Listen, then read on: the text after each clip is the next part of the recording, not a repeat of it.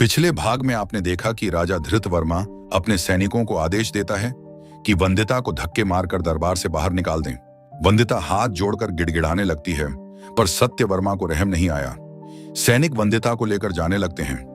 जाते जाते वंदिता ने सत्यवर्मा को बद्दुआ देते गई कि जिस तरह आपने मेरे प्रेम और जीवन के साथ मजाक किया है, ईश्वर करे भाग्य भी आपके साथ ऐसा ही मजाक करे।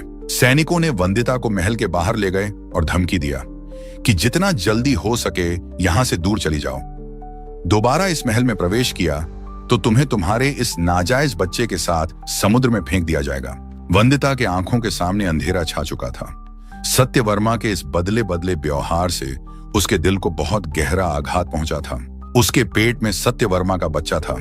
समाज को वो क्या मुंह दिखाएगी, यही सोचकर वो अपने घर वापस नहीं गई और जंगल की तरफ निकल गई। उसे कुछ एहसास नहीं हो रहा था कि वो कहां जा रही है। वो बेसुध होकर बस चलते जा रही थी। चलते चलते घने जंगल में पहुंच गई। तभी अचानक से वो बेहोश होकर गिर गई। जब उसको होश आया तो वो खुद को आदिवासियों के बीच पाया। वो एक घास के बिस्तर पर लेटी हुई थी। उसके आसपास कुछ आदिवासी महिला बैठी हुई थी।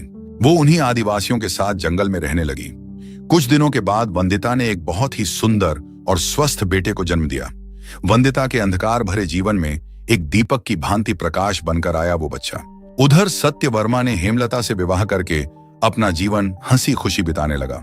देखते ही देखते वर्षों बीत गए। सत्यवर्मा युवराज से अब राजा तो बन चुका था, पर पिता अभी तक नहीं बन पाया। संतान प्राप्ति के लिए उसने हर तरह के प्रयास किया, पर संतान प्राप्ति नहीं हुई, जिसके कारण वह बहुत दुखी रहने लगा। एक दिन वो जंगल में शिकार पर गया हुआ था। तभी अचानक से एक बाघ ने उस पर हमला कर दिया। राजा खुद को बाघ के चंगुल से छुड़ाने की कोशिश करने लगा। तभी एक तीर आकर बाघ के सीने में घुस गई और बाघ वहीं ढेर हो गया। राजा नजर उठाकर सामने देखा तो एक 20 से 22 साल का बहुत ही सुंदर नौजवान लड़का हाथ में धनुष लिए खड़ा था। राजा ने उस लड़के को धन्यवाद दिया और उस लड़के से उसका परिचय पूछा तो लड़के ने कहा कि मेरा नाम आर्यवीर है और मैं जंगल में रहने वाले आदिवासी समुदाय से हूँ। राजा ने कहा, जैसा तुम्हारा नाम वैसा ही तुम्हारा काम है। तुम बड़े ही तेजस्वी शिकारी हो।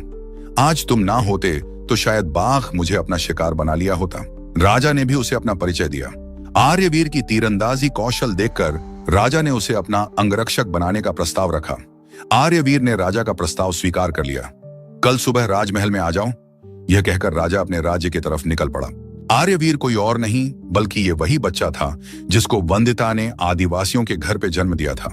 इसके आगे क्या होता है, ये जानने के लिए स्क्रीन पर नीचे दिख रहे लिंक पर जाएं और फुल वीडियो देखें।